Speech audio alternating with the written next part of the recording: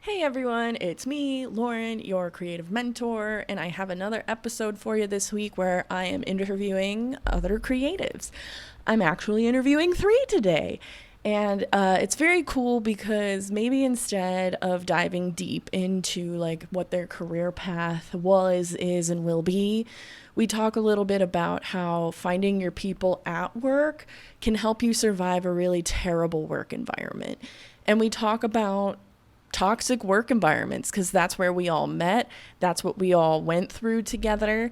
And I think it's a very good example of the real world that does exist. I hope it's not a situation you find yourself in, but it is one you might. And so I think that there's a lot of value in hearing how we kind of worked through that, how these toxic traits from this job carried their way through to other jobs that we had after we separated. And it's a really great example of like creating your own community and how we didn't even like set out to find each other, but now we do. And I literally talk to these women every single day. We have a Discord, we help each other, we talk, we visit each other. It's really awesome, and it's not something I ever thought I would set out to like find. It just found me. And so I think it's just a really good example of, like, our discussion of how we processed being in a toxic work environment together in the moment, how we processed it afterward, how it affected us as we kept continuing through our careers.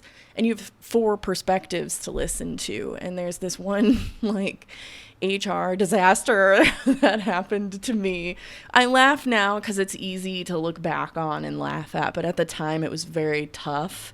And so it's kind of the revolving catalyst of everything that we talk about. But I think these perspectives will be very helpful for all of you because, again, I really hope you don't find yourself in a situation like this. But it also goes to show you can find a silver lining anywhere.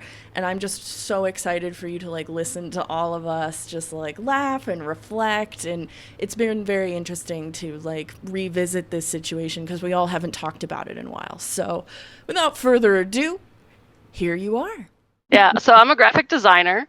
I do a lot of kind of everything, which is great. It's the first time that I've haven't really had to focus just on like PDFs over and over, or at like my last job, I did mostly email. I really like getting to do everything. We're doing microsites recently, and I'm really enjoying that. So Nice.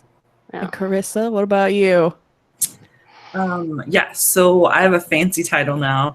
No, it's my title is the Director of Creative Services, which really is just a fancy title for what I do. I work on digital communications, specifically email and app messaging, like the inbox messages that apps send you. So that's what I do now. But I also have a graphic design degree stuff, did all that, and just have mainly been focusing on digital things. And what about you, Stephanie? Right now, I have two roles. I am a content specialist and also quality assurance. So I'm sort of like half copywriter, half grammar police. I originally went to school to be an English teacher, and that didn't pan out because of reasons.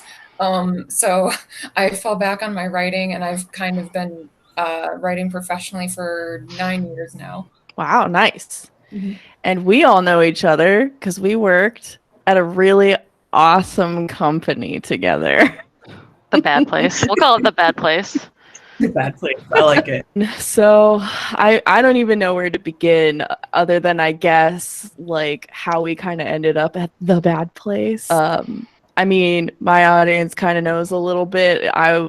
LA kicked my ass out of it, so I needed to work anywhere. And to be quite frank, like our company we all met at had every red flag, and I knew better, but I took it anyway because I didn't really have a lot of choice.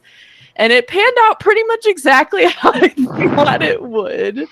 But what I didn't expect was to like connect with all of you for literally the rest of my life. We talk every day. Mhm. So I don't know who wants to go first, but how did you get to the garbage place? I'll go first. I was working customer service. I went and followed my dreams and got my degree in film. And living in Michigan, we had a nice tax break and incentive here for film, but lovely Governor Snyder got rid of it like as soon as I graduated. So, you know, and I hadn't really saved money because I paid for my college on my own dime. So I worked a lot of customer service. I did do some production assistant work, which was great. I got to meet some really great people. And basically I ended up at the bad place because I hated customer service. My now husband, we were just dating back then, was working at this company. I actually met the guy that ended up being our boss at a company party, and I gave him some sass and he liked it, so I got a job just kind of doing I was kind of like a catch-all for whatever they needed done, which was not fun, but you know, it got me into an office situation instead of customer service. And then the marketing team kind of switched up because my husband was actually running the marketing team at the time. He left and someone else took over, and they knew I wanted to get into design. I had experience in Photoshop and with social media because of my music blog that I was entrenched in at the time. And so I made the transition over, and then, you know, was there way too long. So but I got to meet all of you guys. If I hadn't been there as long as I was, I wouldn't have met you guys. And really, I don't know. We had a lot of fun, and I really like having you guys. So it was good. It was worth it. It was worth it. Yeah, it was definitely fun. Like while we all had to sit there dressed professionally for no reason. Because you can't get work done if you're comfortable. Literally, he said that you can't get good work done if you're comfortable. Ugh. So I graduated and I'd been applying for jobs for like, I don't know, like 6 or 8 months, and I just hadn't found anything. And then I was like, oh, here's this internship making the least amount of money I'd ever made in my life. And I was like, besides when I was like in high school, and I was like, okay, I'll just take this job. So I really took the job because I was sick of applying for things. And I was like, let me just take this job. I gave myself like a 3-month limit of not applying for a single job. And then after that 3 months, I would start applying again. So I started working there. I met Jessica. She was like the only cool part. I got some other of my friends hired. So like our department was fun. Like we had a blast, but the rest of the environment was honestly one of the worst places I'd ever worked at. But a lot of cool people came out of there, especially since the fact that I didn't work with either Lauren or with Stephanie, but we're this close. And it really was Jessica brought everyone together and was like, hey, we should all be friends. And we were like, okay. So yeah, that was the bad place. And yeah, I made it out. I was there 5 months and I was gone. And it was great. The shortest track record of us all. For sure. In and out. I knew I had a timeline, and I met that timeline. I gave myself 6 months, and I made it out within the 6 months. So I went to college for teaching, like I said, and when that didn't pan out, I fell back on my writing, and I was like, I'm just going to kind of follow the breadcrumbs of where that leads me. So just prior to working at the bad place, I was at this startup, and the guy just, long story short, ghosted me, like just stopped messaging me. And so I was like, I think I'm let go. I don't know. And so I was technically unemployed for like 8 months, and I was kind of working under the table at this place, this other place. And yes, the bad place was basically like, I told myself, if I don't get this job, I'm done with writing. I think it's a sign from the universe that I should give it up. I'll go back to frickin' Kroger. So really the bad place was like the last branch of the tree that I grabbed before I hit the ground. But yeah, I was there for about 4.5 years, and I met Jessica first. I think we bonded over a cat meme that I sent one day. And then Lauren came on, and yeah, I met Carissa through Jessica. Oh man. So like, but really though, like we just kind of used the bad place as a stepping stone. But I also like when I was there, I didn't necessarily feel like trapped. I just knew I was like, man, this ain't the vibe, my guy. And like, and I knew I had like maybe a year because I was like trying to figure out where I was going to go and what I was going to do. And amazingly, like I had, what was it, 2 HR snafus. I was the one who was always like getting all wild over there, like getting everyone in trouble or whatever. Oh man, what was one of them was Diwali. I can't just enjoy Diwali now. It's just forever ruined because of the event. At least there was an HR department there when you were there, because there wasn't when I started, and there wasn't when Carissa was there. It was just the Wild West. It was. Here's a question, because I genuinely don't know.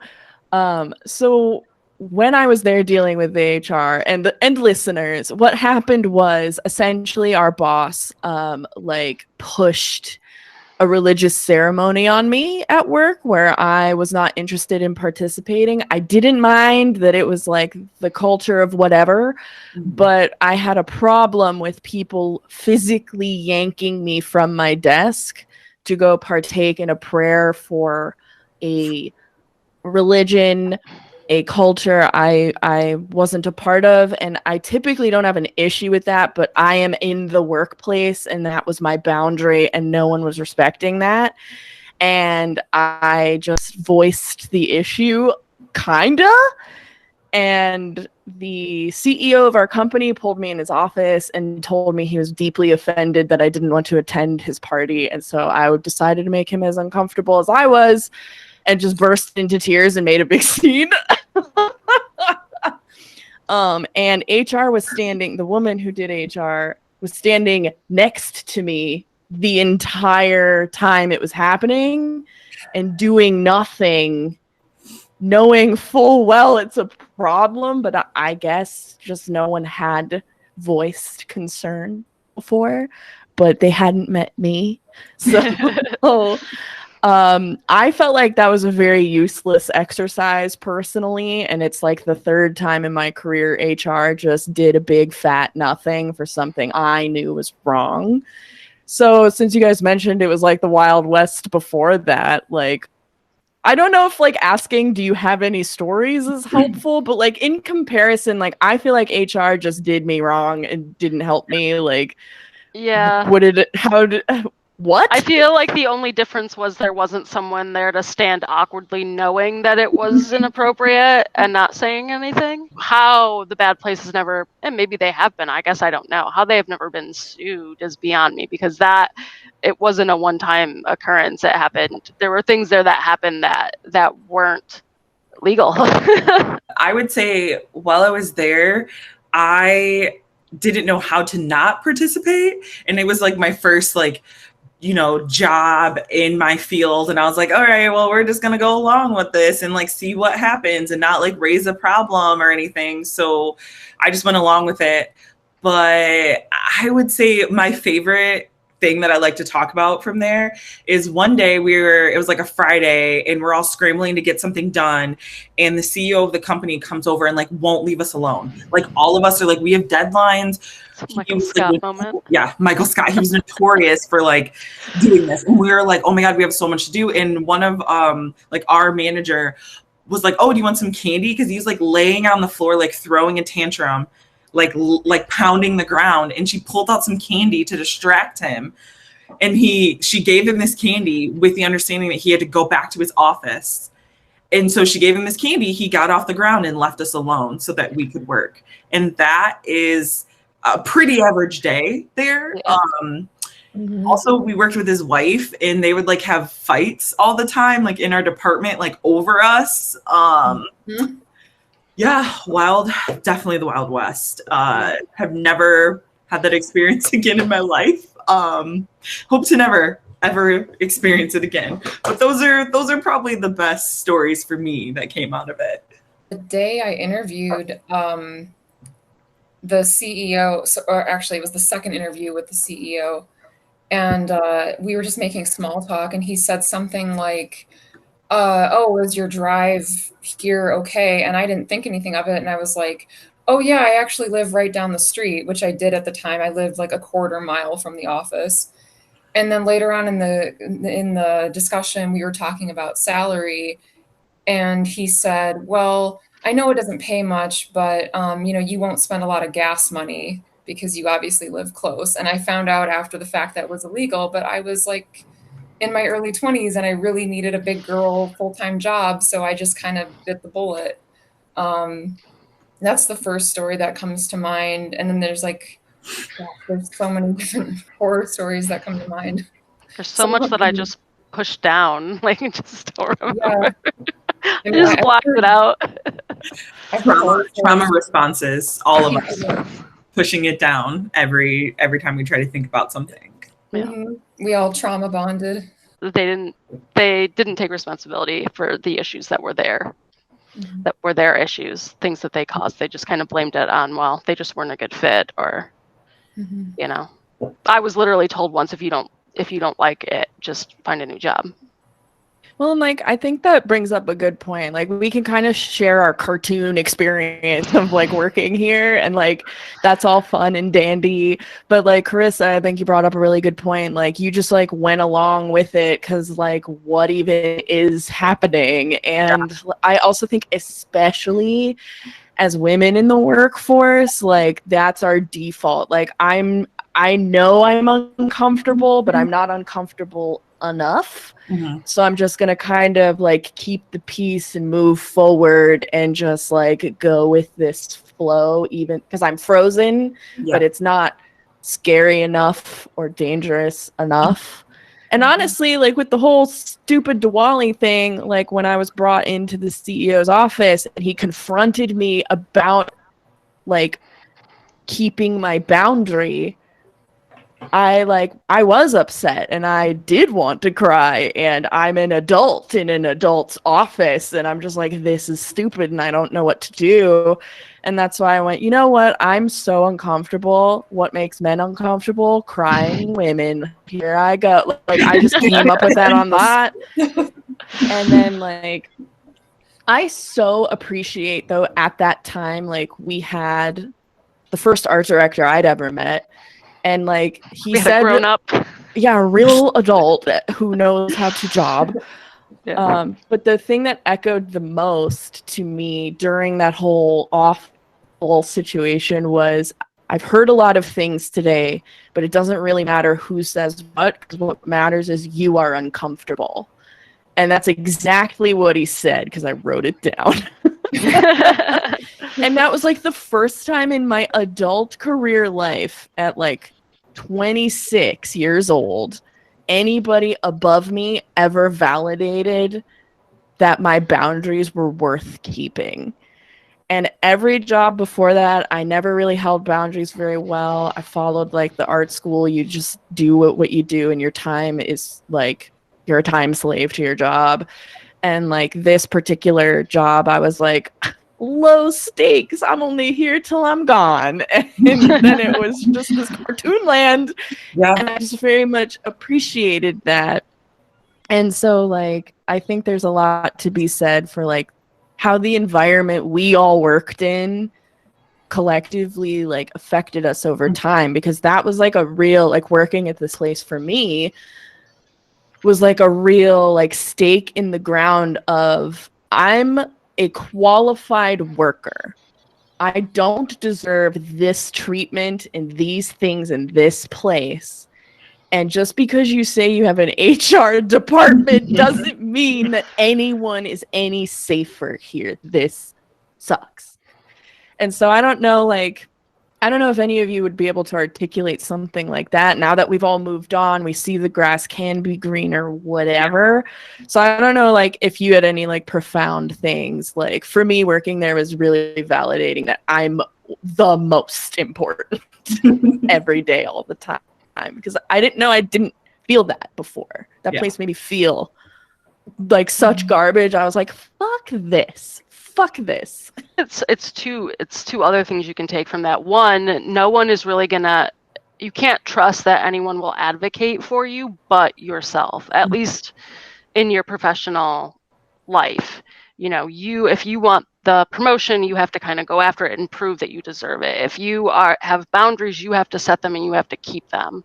And that's definitely something the Bad Place, made very, very clear, especially in your case, Lauren, with where you had someone that should be saying, no, this is, HR, no, you can't do this. And they just stood there. And the other thing being that sometimes if you're told something enough, you kind of start to believe it. So I think that's another thing that a toxic work environment like that has, because I actually worked at a place after that where it started out great and then they changed who my bosses were and it became a very toxic work environment. And something to know about that is if you're constantly made to feel like you're worthless or your work isn't good enough or your opinion doesn't matter, like you can only feel that way for so long before you start to actually believe it. So, I think it's important to kind of really know that you have to advocate for yourself. And if you're seeing red flags that they are not going to respect your boundaries, you need to get out of there. You got to get an exit strategy and understanding that you have worth. You should know your worth. And if you're made to feel like you aren't worth that, then that is also a red flag and you need to figure out how to get there, because I don't think people realize how much a toxic work environment takes out of you, on your personal life especially. I hated going to work, but I also looked forward to going to work to get to hang out with you guys. And we were very much supporters of one another. And at my next job, I didn't have another designer that I worked with regularly. So I really missed that.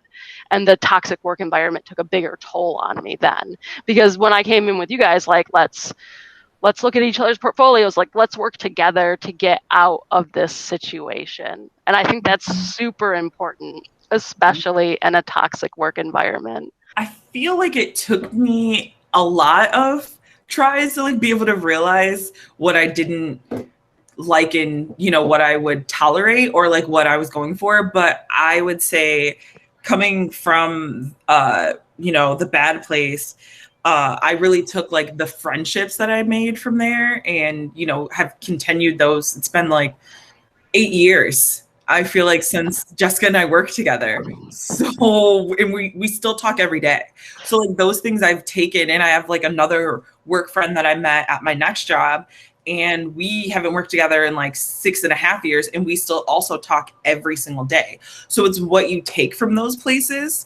And I would say my biggest takeaway from there and then other jobs is I realize what I will deal with and what I won't deal with. And once those lines are crossed, that was it. And I realized, hey, what is my, like Jessica said, what is my exit out of here? And I have never been afraid from that point to take an exit. And thankfully, since then, when I was like, oh, this is it, I've gone to better places where I've learned more things or, gotten more experience, and then been able to take that and be like, yeah, this is my line. See you later.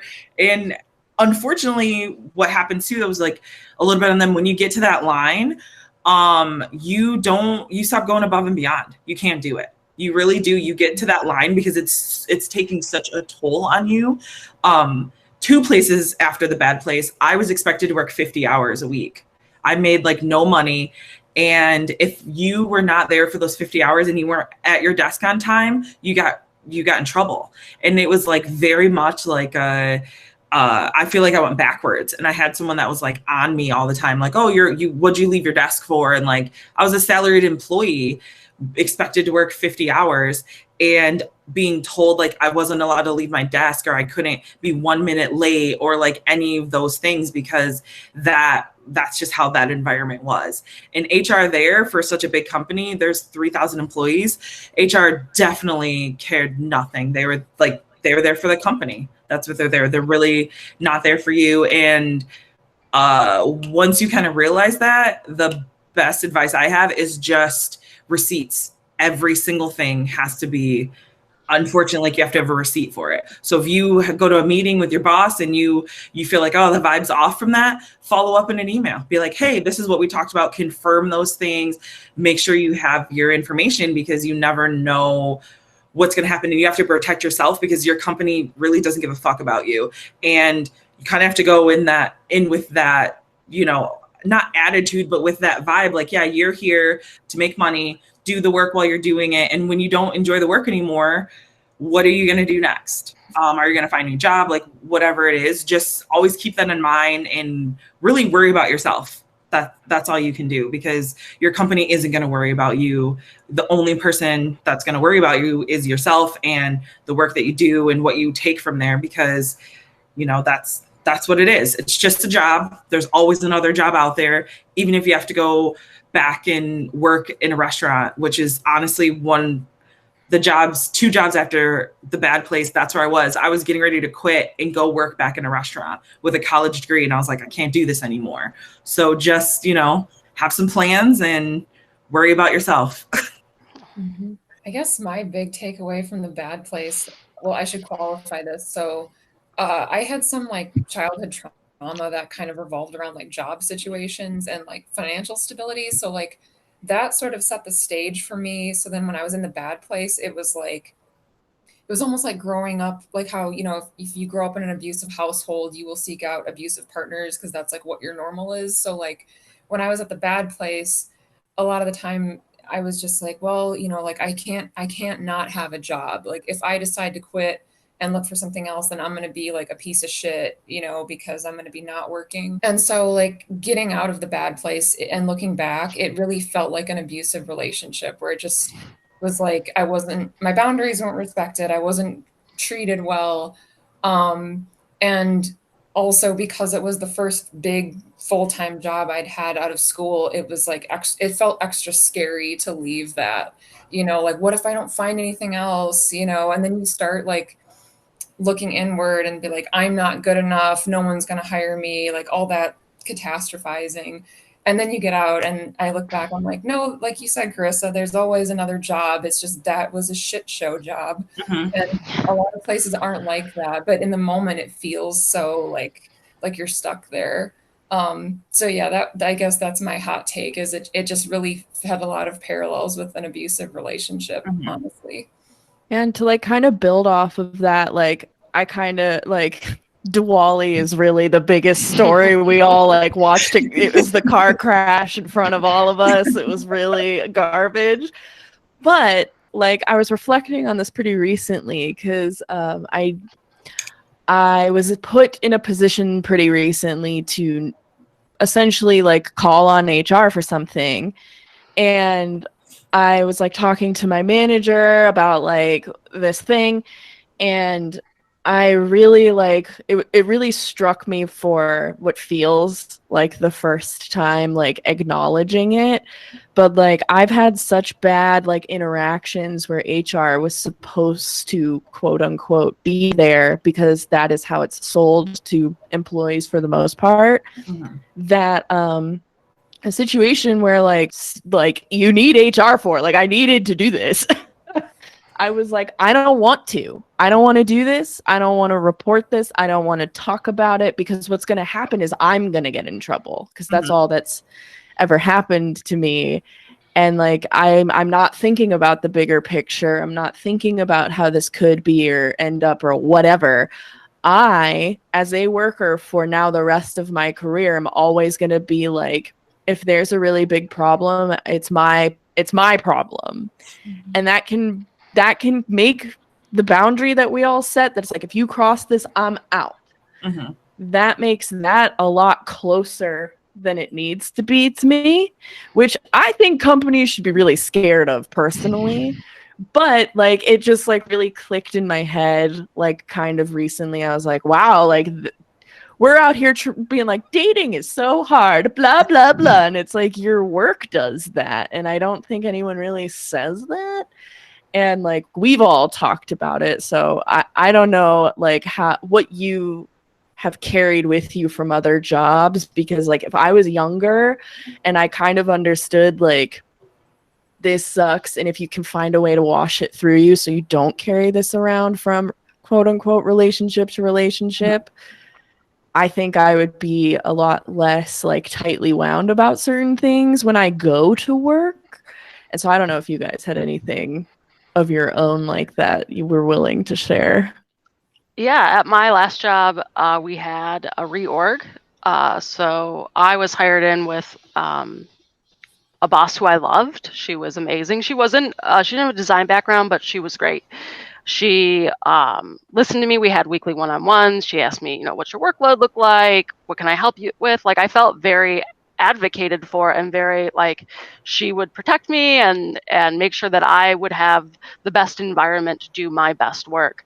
And then we had a reorg, and we got a new CMO, and this person who I rarely worked with, but in the few interactions that I had with, toxic, very toxic. And so this person and another person got put in charge of me and two of my fellow coworkers, and immediately we weren't happy about it. So we went to the new CMO. We went in, and it wasn't like a complaint fest. In my opinion, I handled it very professionally. Here's experiences I've had with this person. Here's why I don't think working with them is going to work. And like the other team that I got moved off of we had another designer now, and we had like other creative people over there. So it made more sense for me to be over there. And I was essentially told what I wanted to hear. And then I didn't hear anything about it for a while. So then more events started happening where I was basically told that I was worthless, and that like at one point, one of us was told that we would never be able to we were contractors. We were never going to be brought on full time there because we weren't good enough, essentially. It was a very toxic work environment. And so we brought these to the CMO, and again told, okay, let me see what I can do. And then nothing. And in fact, it was clear that the person that we complained about had been told. They straight up told us, like, I know what you said about me. So I got laid off at the beginning of the pandemic from that job. And honestly, as scary as it was to be unemployed in that situation, I felt relieved, just because I didn't have to be in that toxic environment anymore. And now I'm with a company, and my boss is, again, very great. I meet with her regularly. We talk about what I need. I feel comfortable going to her, but we've kind of had this transition where there's a lot going on, so it's very overwhelming. And I find it hard to say anything, even feeling like I can go to my boss. I can feel it because I have that past experience where I advocated for myself. I did everything by the book, and it not only didn't get fixed, but it got worse. And so I can hear that little voice in my head that says, what's the point? Like, nothing's going to change, or like, that little voice is like, you don't matter. Like, just shut up, be grateful you have a job now. And so it's really hard to overcome. And like, I'm getting better at it, but I'm still having to work at it. Well, like, it kind of feels like silly when too. Because like, I know, and I'm just like, but Lauren, it's going to blow up in your face. Don't bother. It's like, no, that's not necessarily true. I don't believe that, but I'm going to say it. That's not necessarily like, and it sucks. It really does. You don't realize sometimes how much it's affected you. You're thinking it's just a job. Yeah, I hate it, but then you get home and you don't do anything or you miss things that you were excited about, because you just feel like so drained by having to deal with that situation. And again, like at the bad place, it didn't feel as bad because I had you guys. And I think really like finding people that you can relate to, and that we legit met up outside of work and went over our resumes, and like we'd work on our portfolios at work because there wasn't a ton to do. They didn't need all of us, it turns out. But it was much easier having that. Like what I ended up doing it before, because I was looking for a new job, is I was using my vacation to job hunt. Mm-hmm. Because doing it while I was working was too much. It like job hunting is like a whole other job. So I was just using my vacation to get out of there. And sometimes like it sucks that you have to do that, but sometimes it's worth it just to get out of that situation. My biggest thing that I've learned after working like in a professional field is I would say something that I didn't like looking back, that I, like reflecting over what I've done. When you are afraid to ask your boss a question because you don't know how the reaction's going to be, that right there is your biggest sign. And it's a sign like I didn't realize for a long time like how much time I was spending trying to do everything but ask them a question. And I'm like, man, like thinking back on like I did all of these 50 things so that I didn't have to go, because I always was like, well, what kind of mood are they going to be in? Are they going to be like, oh, you're bothering me? Or like, is this going to happen? And if that is how you are feeling with your boss, you have to leave.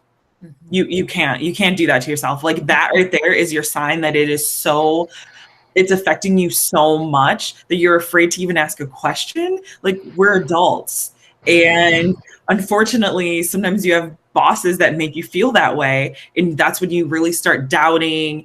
And it just leads to a bunch of other issues that you won't really see until you leave. And honestly, some workplaces really do cause you to have like PTSD that you take with you. Like we all have that experience from, the same place, but also other places, and you will always feel that way. And it's really hard, unfortunately, to overcome it. But once you get, I would say now, like my company I'm at now, it's the best company I've worked for. I'm doing completely different stuff than I had before, but I've never once felt like I couldn't ask a question.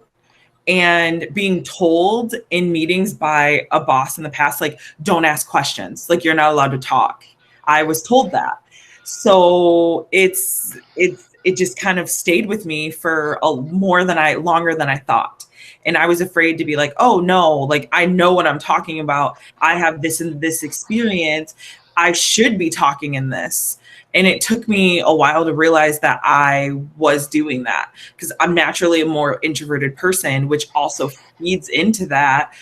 But yeah, if you get to that point where you can't ask a question, it's too late. Like you honestly should be like, can I leave here tomorrow and go work at Target and pay my bills while I focus on where I'm going next?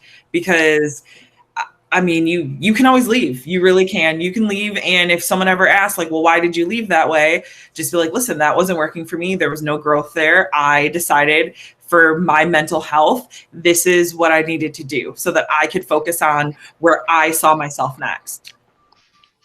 And, just put that on your resume or do whatever you got to do. But yeah, don't be afraid to leave. I've left several places where I was just like, well, either some with an exit plan, some without. So Well, it happens. Yeah, my response is similar in terms of like a condition like anxiety response. So at the bad place, like one of my bosses, he wasn't a bad boss. Like he wasn't like a total terror, but he was very hot and cold. So sometimes he would ask you a question and you'd be like, here's the response. And it was like, okay, thank you. And then other times he would ask you a question and then you'd respond and he'd be like, oh my God, blah, blah, blah. And so anytime it got to a point where like anytime he would Skype me, I would like immediately get a little anxious, like what's the hidden agenda? Why is he asking me this? And the really fucked up part is sometimes he had a secret agenda. Like he would ask me a question and like it was like a fucking prosecution attorney or something, and he was gonna like be like, well, what you said doesn't corroborate what was done on this project, blah blah blah. So now, even in my new job, when my boss asked me a question like, how much time would you say it took you to proof that document? Logically, I know that he's just wondering because we have to log our times for projects, but there's still a part of my brain that's like, why is he asking that? Did I spend too much time on that? Did I not spend enough time? Is he going to ask, like, what were you doing with that hour of your day? Did it really take you an hour to do that? And it's gotten better, but it's taken like a lot of like literal therapy to get through that. And yeah, like it's definitely better, but it's one of those things where I never realized how much that sort of conditioning impacted me until I got out of this place. But at one point, there was another coworker that like I think had messaged you and said like, this boss is talking to me the way he talks to Stephanie. So like how he interacted with me individually became like a trope in the workplace. And that was really like when I found that out, it was so like just devastating. Like why is he like extra like I thought it was just me. Mhm. And then like hearing that other people were noticing that he was like especially disrespectful to me, it honestly got so bad that for a while, for a very long time, I stopped wearing like makeup and jewelry because in my brain I was like, I don't want to do anything. And by the way, it wasn't that he was like sexually harassing me or anything, but like I didn't want to do anything at all to draw any sort of extra attention to myself. And he sat literally right behind me. So he was like literally looking over my shoulder at times. And looking back, I'm just like, why did I put up with that for so long? Well, like I think that's kind of what I mean by like you just become this certain kind of worker. Like, you know, I've had a boss shake papers in my face and scream at me. And I've had a boss patronize the shit out of me, even though I was the best salesperson in the studio. And like I would tell people like, you can't talk to me like that. I don't care if I'm 18. I don't care if I'm 22. I don't care if I'm 26. I don't care if I'm 29. You can't talk to me like this. I have to be here all fucking day like you do. Like you can't talk to me like this. And then like I really like understood that about me though when I got to the bad place, because I was like, Diwali, no thank you. Go off, have fun.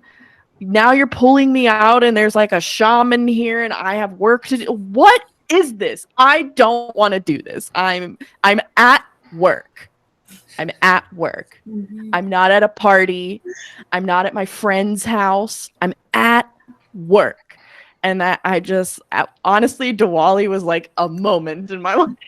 But like that's when I was like, I stand for this. I won't stand for that. And I didn't really notice that until after the bad place. Like we're all kind of saying, you know, I think we all took it differently. You know, we all are we're still figuring out. Like we're talking like we know like how this works. Like we're figuring this out as we go. But you know, I think a lot of environments like this really bother me and get me really passionate though, because it is the number one way to get people, and I think especially like women, people of color, queer people who aren't straight or white, it's the number one way to get them out of the design industry. And that is a fucking bummer, man. And it's because people who don't do what we do treat us like that, and that sucks. I feel like a lot of times being like a creative person, we really do get treated like anyone could do this. Like I will never forget when at the bad place, someone was like, oh, let me just do it. I can just get on there and do all of this. And they're like, here you go. Here's the program. Like, try it out. But that's not it. Like, you know, one thing that we have to think about is we went to school for this, or we did the work, the education, like we have the background for this, and you do know what you're doing. Like you can't let someone be like, oh, da da da da da, like you don't know this, or you don't know like whatever it is. But they hired you for a reason.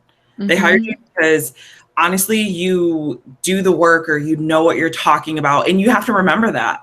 And you have to keep that with yourself, with like what you do, especially when you start doubting yourself. It's the worst. And you're like, you know, you really get a little bit of like, am I an imposter here? Like, do I really deserve to be here? Am I really do this? Yeah, you do. You know what you're doing. You just or you're working in a company, or you're working with people who their only goal, honestly, is like they are so miserable a lot of times that they have to make you miserable. And that's what I've experienced. And I think a lot of it too is I watched my mom when she was working, and she was the most caring person, would go out of her way to help everyone. And these people remember that. And her boss was the worst to her, the worst person, but acted like my mom could do nothing right. But when my mom got sick, we'd be in the store and these people would come up and be like, oh, how's your mom doing? Your mom like changed my life. Your mom did this.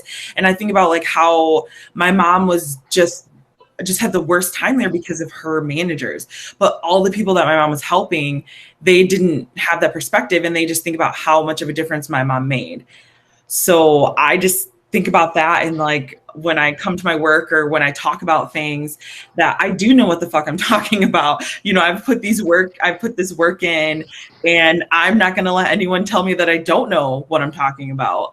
And that's kind of what I've had to realize, is how I talk about my stuff, and that I know it, and I'm supposed to be the voice in the room that's going to stand up for what I know. And I'm not going to let anyone pass my certain boundaries that I've set for myself, because once you do, they're just going to keep doing it over and over again. And then from there you're stuck. And I don't want to be stuck ever again. Amen, man. Yeah, seriously. Something while we were all talking, I just kind of like jotted down real quick. What did you expect working to be like just going in versus how you found it to be? I guess more straightforward. Like it's hard as a creative because like I feel so many other jobs, it's a clear start, a clear finish. You know when you start a project, you know when you finish a project.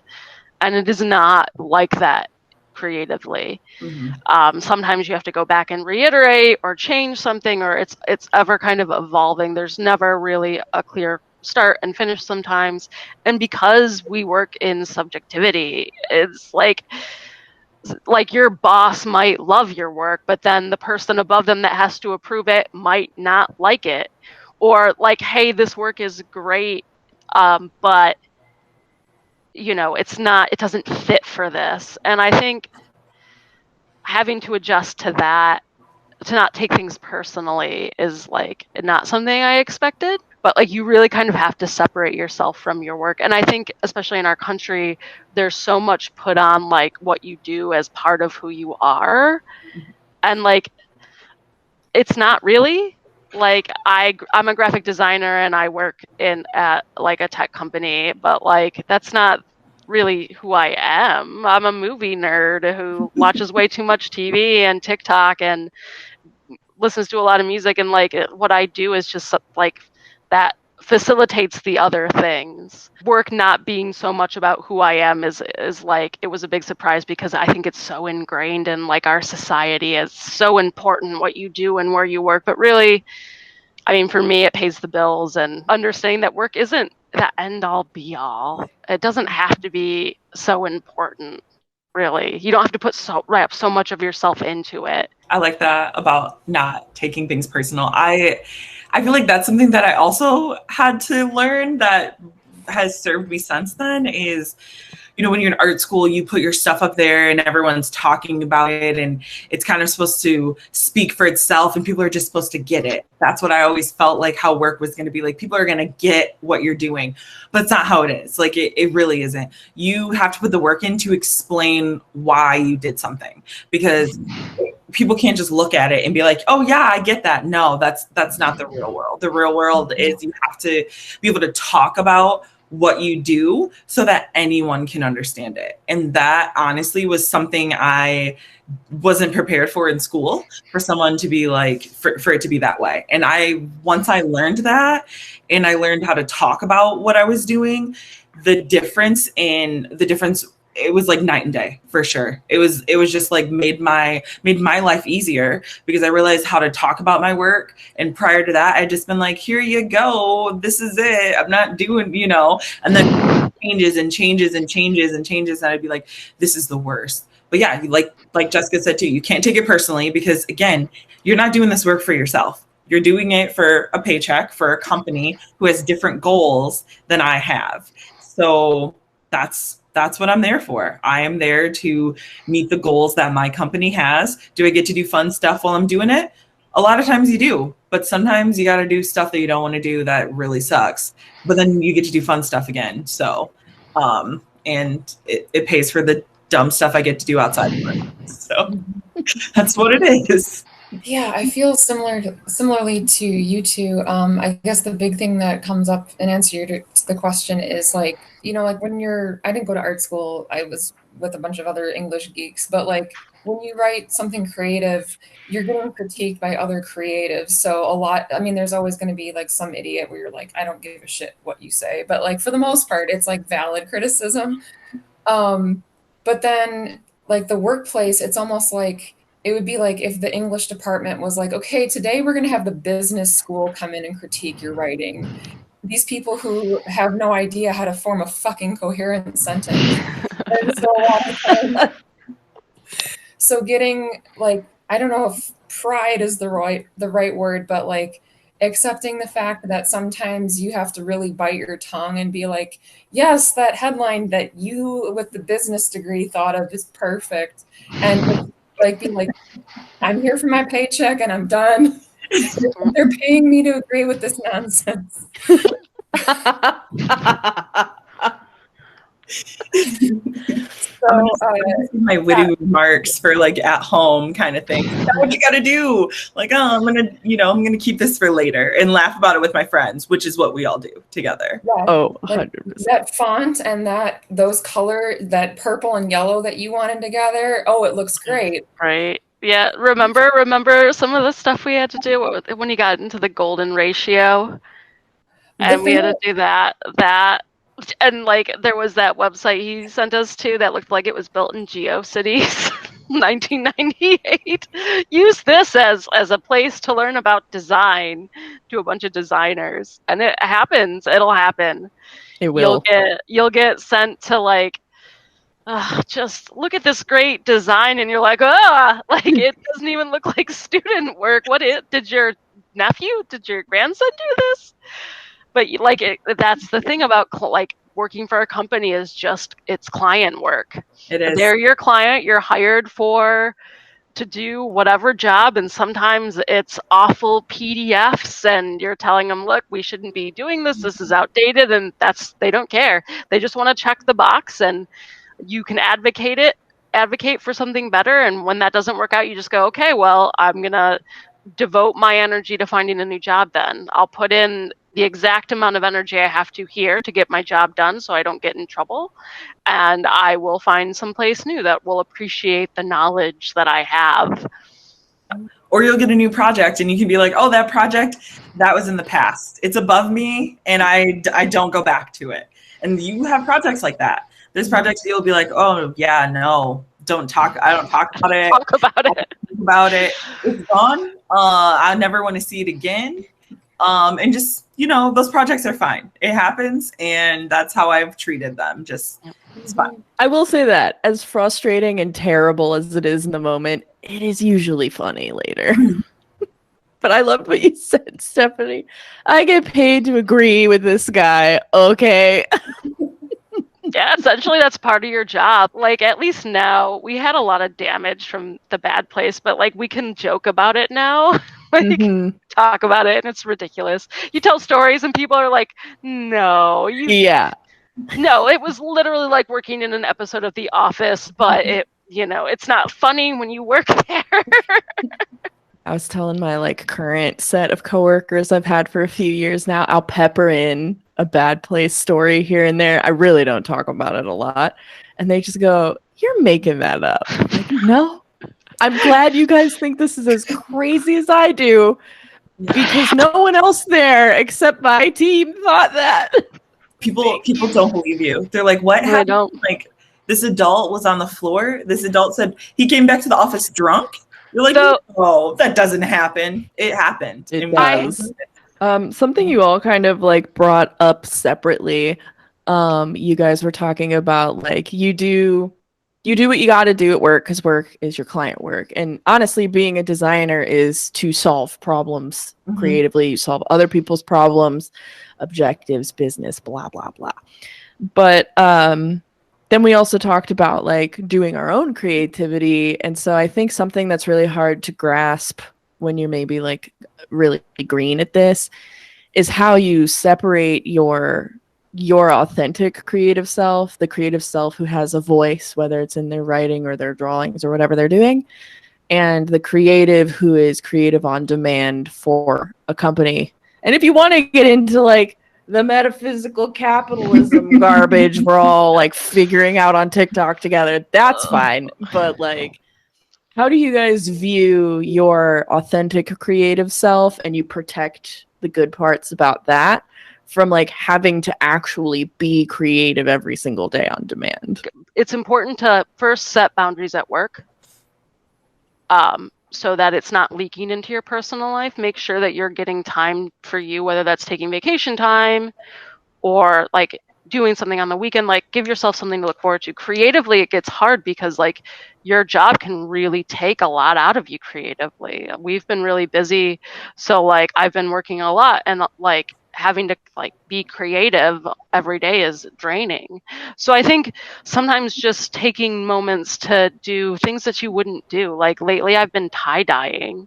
It's not graphic design, it's not something that I like planned on getting into, but it looked like fun and I tried it. And I think maybe experimenting in things that you haven't done before, like maybe you want to try painting or drawing or making videos, like just do that. Like whatever creativity sparks, like grab a hold of it and follow the dopamine. And when like if you run out of dopamine and it's not fun anymore, don't do it. Like your side creativity should be fun for you. It shouldn't feel like a task. Don't try to monetize it if you can help it. Like if you're creating things and people are like it and you want to sell it, sure, but like don't get into the mindset of what can I make that will sell, because I feel like you're just going to burn yourself out between that and work. So you've really got to keep it separate, and it's really hard to set that boundary, especially when you're first starting out. I feel like a lot of times I'm the person who does the least creative stuff outside of work. Just because of the type of, I don't know, what I've been doing, I guess, especially now. I feel like I've been working on this really big project for the last 4 months, and by the time I'm done with work, I don't have anything outside of that. So my most creative thing lately is coloring. I'll color, I doodle, I cook a lot. That has been where my creative energy has been going. And really, you have to give yourself a break, and you have to realize that you can't be on demand all day at work every single day, which is not possible. And then also try to be creative on your own every single day. But find things that you enjoy doing. And even if it's as simple as like coloring a picture, but it's like an outlet for you, then enjoy that outlet. And like Jessica said, like your creative stuff on the side doesn't have to always be making you money. It should be just for fun. And if you make money from it, you make money from it. But if not, it's just some fun stuff that you got to do. And, maybe in a couple months when things slow down or something changes at work or somewhere else, you might get another creative idea and then go with that. I mean, just be open to whatever's going to be out there and is going to make you happy, because that's really the best thing. And even if you're like, oh, I'm only creative at work for things, then my outside thing is like traveling or doing, playing a sport or doing whatever it is, do it. I mean, you don't have to always be on all the time, because that is when you get burnt out. And I've had times where I'm like, oh, I was at work full time and I was, working on outside projects full time because I was like, oh, I need a new job, and I was doing all these things. And honestly, it's not good for you. It took a huge toll on me mentally and physically, and you were just all that. And you can't do that. There's no way. No one can be that way all the time. So, just give yourself a break if you're not feeling creative, and, do stuff that makes you happy, and, go from there. Try not to feel guilty if you find yourself thinking something like, I'm a lazy piece of shit, I haven't worked on my own novel in a month. Like don't listen to that voice, because like if being hard on yourself worked, it would have worked by now. So I just remind myself, like, okay, but like, do you really write your best when you're like grumpy and tired, or do you write your best when you've taken a month off and you go on a walk in the woods and feel inspired and then come back and bang out a chapter, So just like, yeah, be kind to yourself. And, if your job is supporting what you love, then, it doesn't make you like a creative sellout or anything like that. And your side hustle, like you guys said, doesn't have to be monetized. I think that's like a big, like, I mean, breath of fresh air. I mean, I tell myself this every day in the mirror anyway, because I'm the queen of, let me start a project. Money? Like, I Money, can't, like, please. yeah, I can't. I always would joke with my friends, like, you leave me alone too long, I'm gonna go build like a monetary empire. I can't help myself. But I'm not saying that's a good thing for me, but it's just like a bad habit, I was just gonna say. Well, and And it's kind of built into our society with like capitalism. And a lot of people, the sad thing is, it's because a lot of people don't make a ton of money. So, like, get that side hustle so you can make enough money to live. Yeah. yeah, I did a macrame side project just because I like macrame, and my friend saw it and he was like, you should get on Etsy, you should do this, you could make this. And I was like, I don't want to. And he made me a piece of shit for not wanting to do that. And it's like, I don't want to spend every second, making money. Like, Jesus, capitalism, give me a break. I saw this TikTok the other day that like made me laugh because it was like, I don't want to work a 9 to 5, so I work 24/7. And she's just in this room full of like Etsy stuff she's doing. And I was like, that was too real for me. No thanks. I feel attacked. I feel attacked. It's very interesting. It's been also very interesting, like doing this podcast and interviewing everybody and listening to like all these other people who like I know, but maybe I don't know like the ins and outs of like how they think about how they got there. And something that's like really interesting, especially from creatives, is like protecting your own creativity and like doing work, and that there's a stark difference.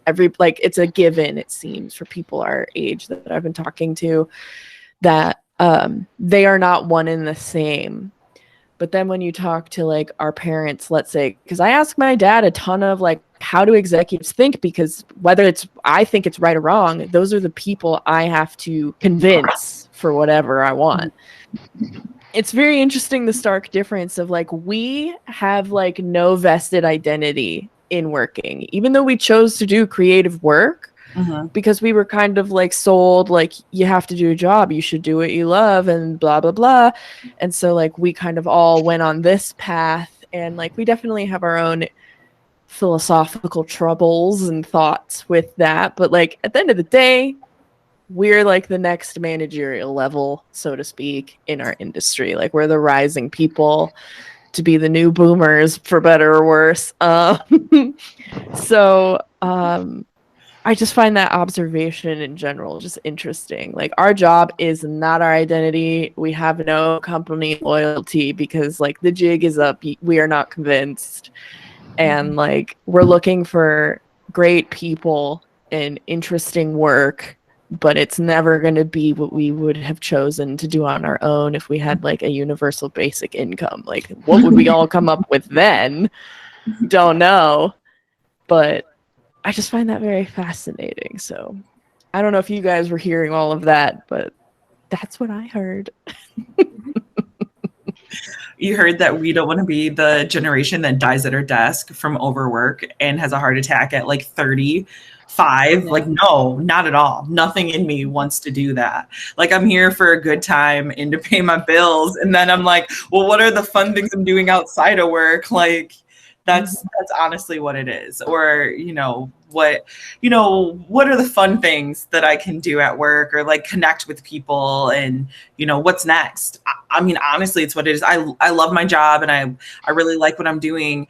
But again, like it really is like, oh, so what am I going to be doing in like 2 years? Who knows? Who knows? If something comes along and they're like, oh, you want to do this? I'm going to be like, yeah, let's do it. See what happens.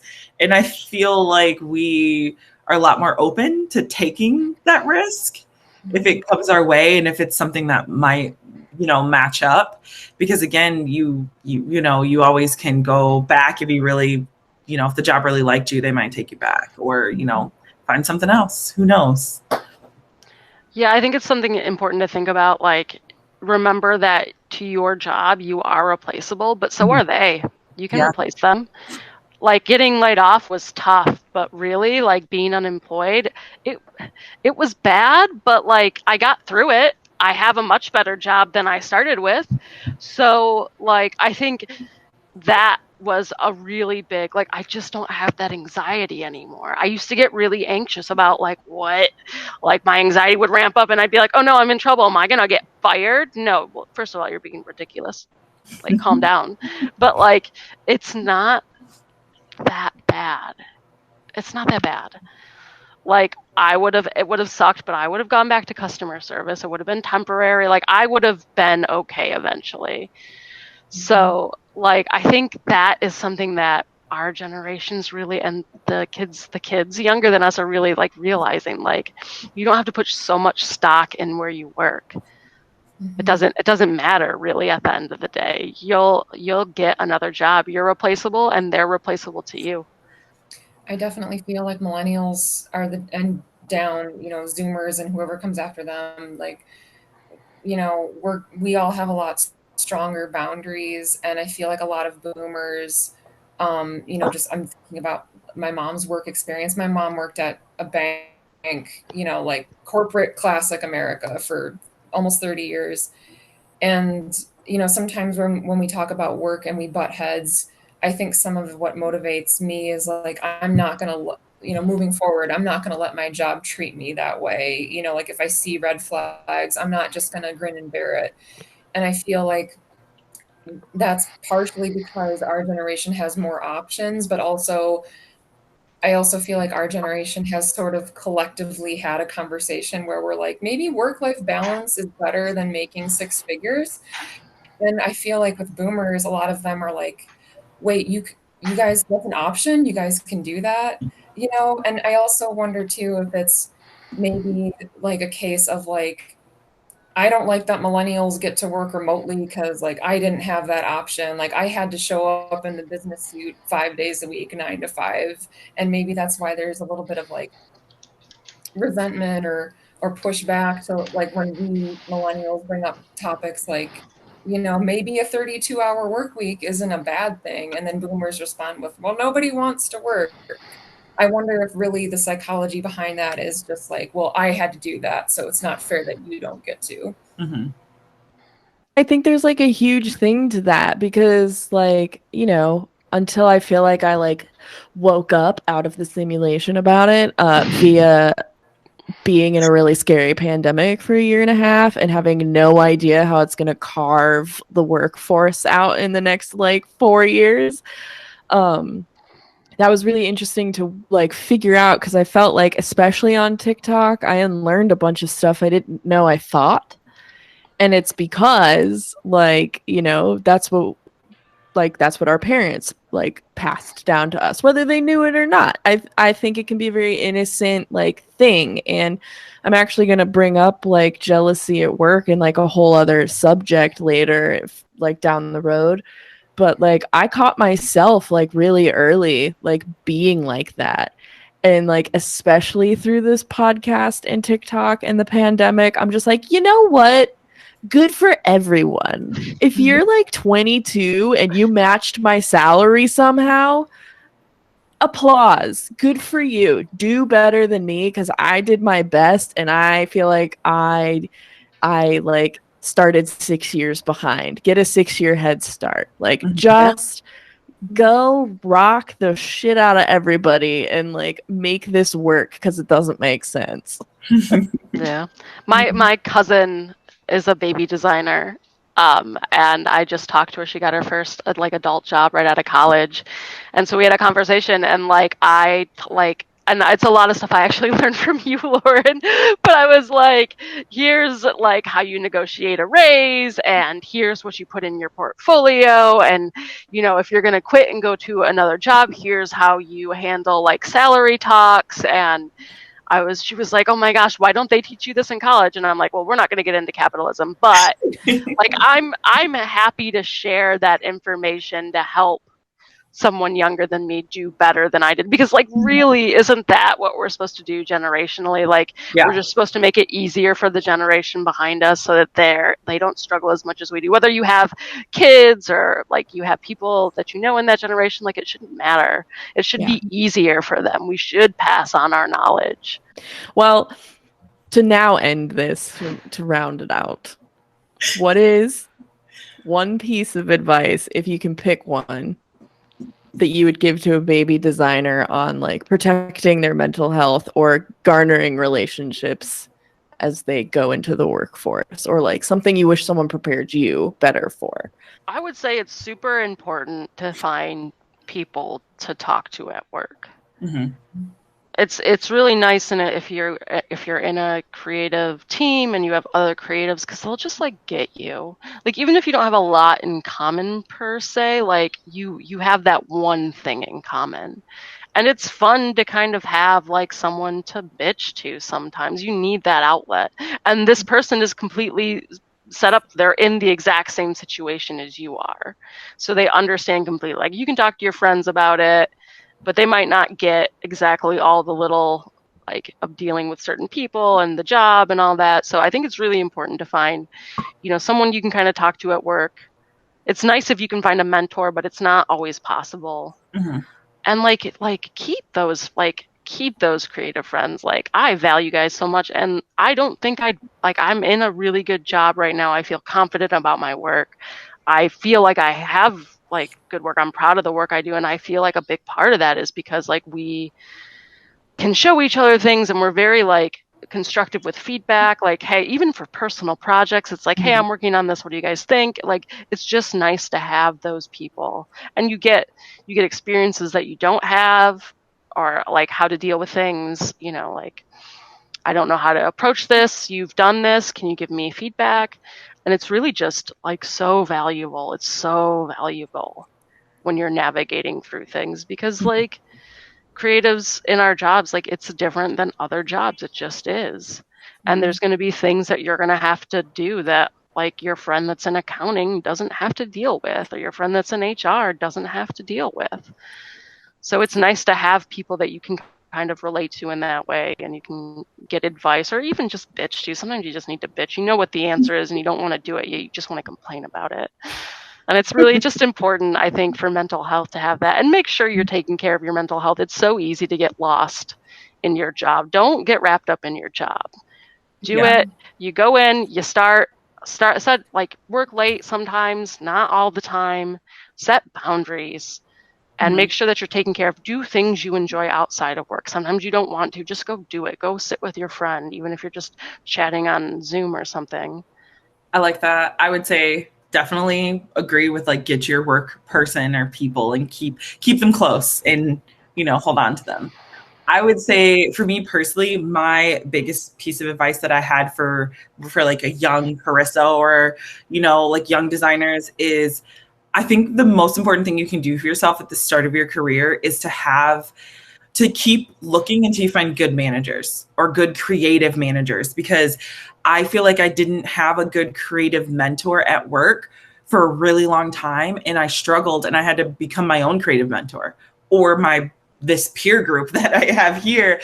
That is where I had to get that. And it took me a little longer. It did, to like get to the point where I was like, oh, and like realize all these things that your creative manager is supposed to help you with. So if there's any piece of advice, work at a company that has that type of structure, that has it in place, where like their goal, and they're there to help you grow as a designer or as a creative, because it's such a key thing that I found lacking for when I started out, that by the time I had a manager that I would consider good managers, I was past that a little bit. And it was a struggle to be like, oh, I've been doing this for myself for 6 years, and now your job is to also do this. And it's like, so just, even if it means like, oh, I worked at this job for 6 months and I was like, they didn't have the manager I needed, just keep going until you get that, or work as hard as you can to find it outside, because you need that person or those people who are going to push you,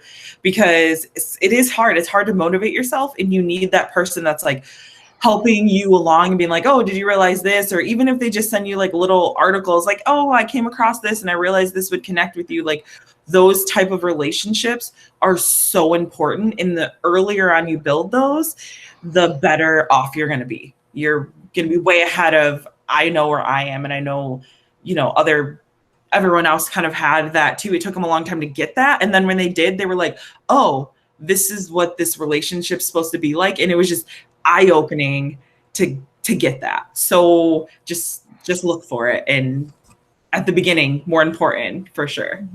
I guess I have two things. Like, first of all, like what you guys said about like, you know, find your people at your job, because I've had jobs that like, you know, especially in college, like, you know, starting out customer service jobs, when I had people there that I could like hang out with, it made it like tolerable, where it was like, all right, we're just two soldiers in the battlefield and we're going to get through this. But if you have like no one that you connect to, it feels so isolating, because then it's like you versus everybody. So like definitely find your people. And secondly, and I say this, you know, like this is a very much like do what I do, not what I say, because like I struggle with this as well. But like at the end of the day, like we are not heart surgeons. If someone makes a mistake, no one's life is on the line, you know, but sometimes it very much feels like that. Like, oh my God, this is going to get late. So-and-so is going to get mad. So-and-so is going to react negatively. But like at the end of the day, like nothing that we do is like an emergency that warrants like us putting all that pressure on ourselves. And again, like I put that pressure on myself. So, you know, I'm guilty of that. But like, yeah, like if you can just kind of like check in with yourself, especially when you're first starting out, and just remind yourself like when you have those thoughts, like, oh my God, like I'm the new person and I made a mistake and everyone's going to think I'm stupid. Like, yeah, it's embarrassing sometimes and it sucks, but like you're not going to literally kill someone over it. You take the punch and you roll with it and you move on. And if you can get in the habit of just taking a step back and looking at the bigger picture, it just really takes the stress off and it doesn't feel so catastrophizing. Nothing we do is an emergency. You don't need to take the call while you're driving. You don't need to rush home to upload the file. Nothing we do is an emergency. Yeah, it's really important, especially if you work in a place with bad boundaries, because they'll make it feel like, oh yeah, someone's gonna die. No one's gonna die. I might kill you if you don't stop, but like. But then we don't have to deal with you. Yeah, so really, I'm doing everyone a favor. Win-win. Yeah, I think I'm going to call Jessica for this problem. All right. Well, ladies, thank you so much for being on my podcast, sharing all of your wisdom and validating that the bad place is real and it is as crazy as I've been telling people. But we made it out. We made it out of the bad place. We got out. We did. It honestly made every other job feel like not that bad. Mm-hmm. Yeah, and honestly, like if I had to go through that to find like this support team, like we've all gotten so much farther, so much faster because of all the things we've taught each other through our own experiences. Like, I mean, for anyone who's listened to the like creative agency episode, like that was all Jessica's knowledge that I just embellished on. Like, I wouldn't have even begun anywhere if Jessica was like, you know that there's like people who do this real casually. And I was like, what? That's real? That's not even fair. You just like casually gave that to me. So I like to keep it casual. it's no big deal. So, Jessica, this is partially all your fault that I'm like this. Yes, I've corrupted. I've influenced many a person. You told me like, don't take this so seriously. It's just a job. You're like, and then also make it gaudier. Like that was also the best advice when we worked together. Yeah, you're like, it's too pretty. You're like, it's too pretty. You can't do that. They're not gonna like it. So I listened to you and I was like, yeah, I'm just gonna throw some stuff on here. And they were like, we love it. You knew. Know your audience. Know your audience. Best advice. Oh, all right. Well, with that, we can conclude this episode for now. So I'm going to stop recording our meeting.